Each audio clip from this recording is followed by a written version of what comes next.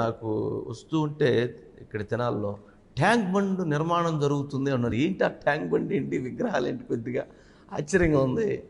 అంటే 4 లేన్ల రహదారి ఆ, పెదరావూరు అనే గ్రామం దగ్గర నుంచి నందివేలు వరకు, ఆ, అంటే నా నియోజకవర్గం పరిధి మొత్తం ఓకే. 68 కోట్ల రూపాయలతోటి మీరు నోటీస్ చేసి ఉంటారు. 3 కాలువలు వెళ్తూ ఉంటాయి. అవును. సో కాలువలకి ఇరువైపులో retaining wall, concrete retaining wall, ఒక డ్యామ్ లాగా కట్టి ఓకే.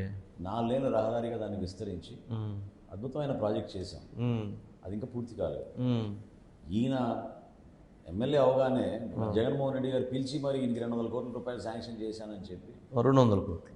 జియో తీసుకొచ్చి ఏదో చెప్పారు 4.5 సంవత్సరాల క్రితం. ఓ, ఈ రోజు వరకు కేవలం అది పేపర్ మీదే ఉండిపోయింది తప్ప ఒక సింగిల్ పని జరగలేదు.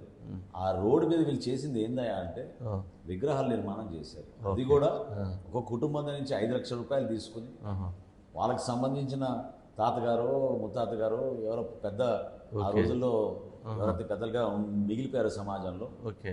వాళ్ళ 5 లక్షల రూపాయలు వాళ్ళ డొనేషన్ ఇస్తే వాళ్ళ విగ్రహం అక్కడ పెట్టి ఓ, డబ్బులు ఇచ్చి పెట్టించుకో. ఆ, ఆ విగ్రహాలు చూసేది ఏంటంటే ఆ గోతులున్న రోడ్లు.